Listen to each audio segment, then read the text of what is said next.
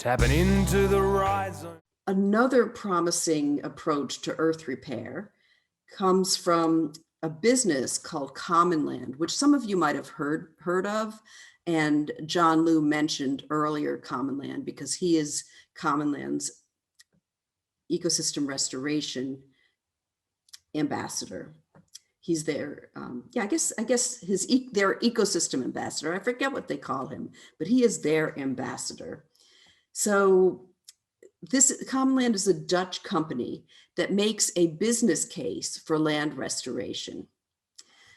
Their story is that CEO Willem Verwerda is a tropical forest ecologist, and for many years he led the Netherlands office of the IUCN, the International Union for the Conservation of Nature.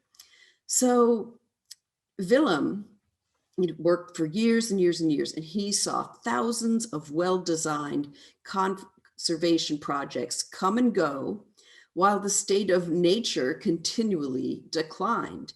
And he thought, there must be a better way.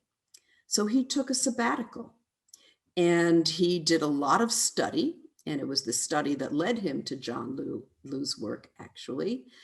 And he looked to try to design a way for business to support what we want and need, which is the restoration of landscapes around the world. The model that he and his team came up with is 4 returns: return of capital, return of nature, return of community, which sometimes they talk about as social capital, and return of inspiration or meaning, which I'll talk about a little bit more. Also, they have 3 zones, which are a natural zone, which means that a third of the land is intended solely for nature and is not used in economic terms, a natural zone, a mixed zone, and an economic zone. So a mixed zone might be for regenerative agriculture, for recreation, and for residential.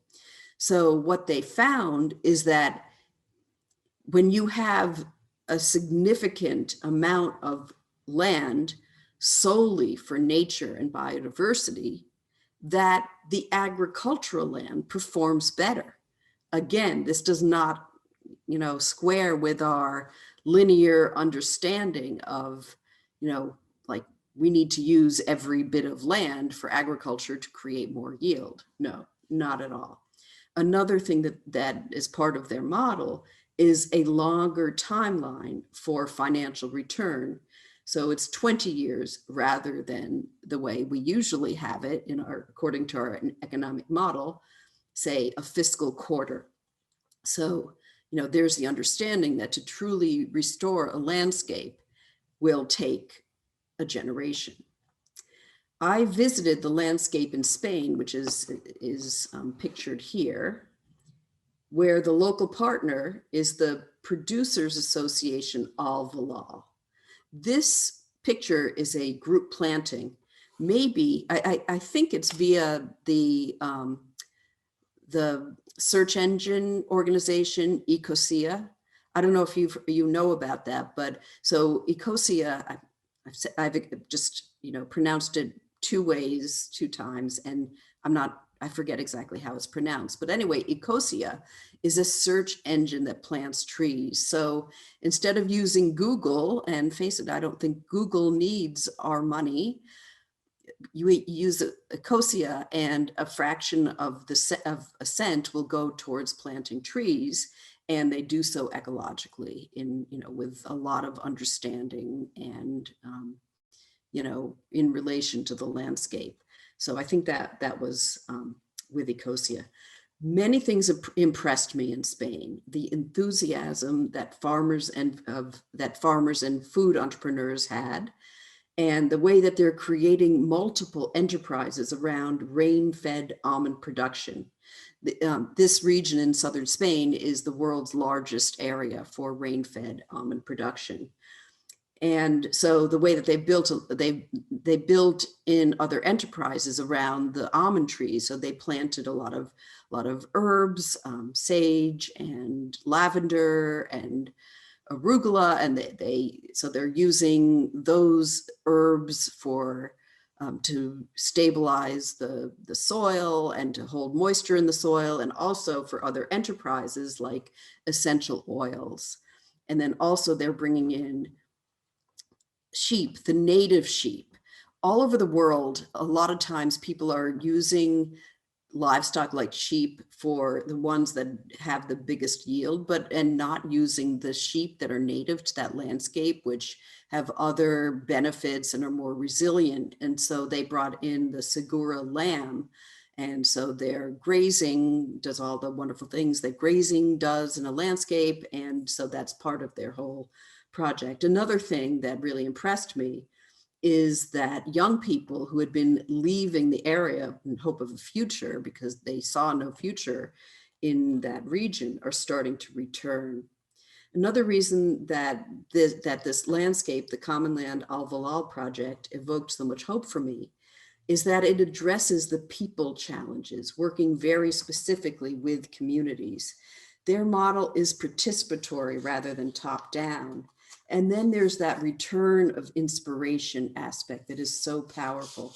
So many regions around the world, including large swaths of the United States, have lost population, dignity, and purpose.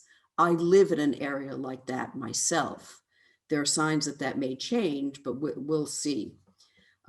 In southern Spain, Commonland has helped local people come together around their strengths, their heritage, which includes a long-term water ethic. They have fountains that have been there for hundreds of years, where people have been getting water there really since the Middle Ages. Their ethic and their water ethic, their arts, and their commitment to the land itself. One rallying point is an image from the Neolithic rock art that we got to see in a cave in Velas Blanco, the Indalo man, an icon that you'll see worked into iron grates in the community in front of houses and in souvenir shops. Here, the community is creating the Indalo image. They're in plants. So they're planting in that shape. They're using the many different herbs that will flower at different times. And it will, that's what they were talking about this when I was there. And also that that this will be visible from the castle on the hill. Commonland now has 8 landscapes from in India, in Australia, in South Africa, in Haiti, in Zambia, in the Netherlands here. Anyway, I've missed one, but they're all really succeeding. And this model offers a lot of really wonderful insights for both business and land restoration.